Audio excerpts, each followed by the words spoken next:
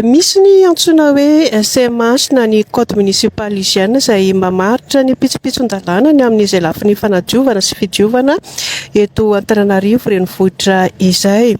Miara-miompona antoka amin'ireo sehatra samihafa ny commune Antananarivo renivohitra ho amin'ny fanadiovana ny lakan-drano samihafa eto an-drenivohitra ary manatratra tany amin'ny 30 kilometatra no any amin'izany fanadiovana izany. Ny 12 kilometatra no efa vita. Misy hatrany koa ny fampiresahana amin'ireo mpivarotra izay manamorona ireny kanala diovina ireny mba samy ho tompona andraikitra ny rehetra hoy ny ben'ny tanàna Arlala Ramanantsoa. Fanadadiana teo amin'ny LTV Madagasikara. Hitantsika androany fa vehivavy lehilahy manadio kanala ireny tena mitanany miroboka ny anaty maloto. Hitantsika teo ny loto avy any am-tokantrano. Ny plastika maro isan-karazany sy tena manimba ny tontolo fa misy tena maloto avy any amin'ny toeram-pivoahana. Raisina tanana avoaka. Misaotra an'ireo mpiara-miombona antoka amin'ny commune urbaine Antananarivo. Ao BNRJC, ao ny APIPA. Androany tety daholo ny président Fokontany 4e nanao fanentanana teny anivon'ny mponina, teny anivon'ny Fokontany, fanometana anadio an'izao kanala izao. 30 kilomètre ny kanala diovina, efa vita ny 12 kilometatra.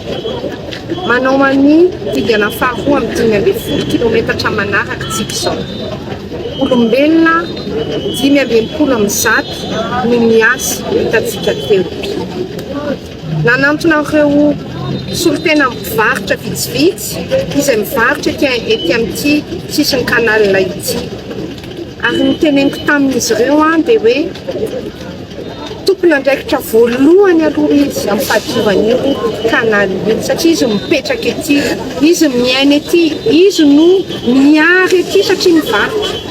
Matetika izy ireo no voalohany manary ny fakony, ny garbotiny, manary ny loto avy any an-tranony amin'io kanala io. Nataoko ny fanentanana fa tsy vitan'ny commune urbaine irery manadio an'io tsy tokony toeram-panariana fako ny kanala. Mitaraina izy ireo fa tsisy ny dabapako akaiky. Efa mifampiresaka amin'ny délégué d'arrondissement, président Fokontany ametraka ny commune urbaine amin'ny alalan'ny SMA baka ordure ety akaiky ety mba ahafahan'izy ireny manary ny fakony any amin'izany toerana voatokana izany fa tsy any anatin'ny kanala. Nanao fanentanana koa ny tenako andao hivory indray mandeha ianareo rehetrarehetra mipetraka ety amin'ny sisiny kanala. Ahoana ny fomba hisorohana an'izao loto be izao any anatin'ny kanala. Dia mifampiresaka, mifandinika, hisorana ireo izay tena mantianina ao anatin'izany fikojakojana ny kanala izany sy ny loza voajanahariny BNRJC sy ny APIPA mifanometanana amin'ny commune urbaine hijery ny vahaolana ho an'ireo mponina ety amin'ny sisiny kanala ireo. Fa isika rehetrarehetra miara-mientana foana, miaraka mandray andraikitra, samy mandray ny andraikiny, ny mponina tsy mandoto, tsy manary ny amin'ny toerana izay tsy tokony hanariana fako.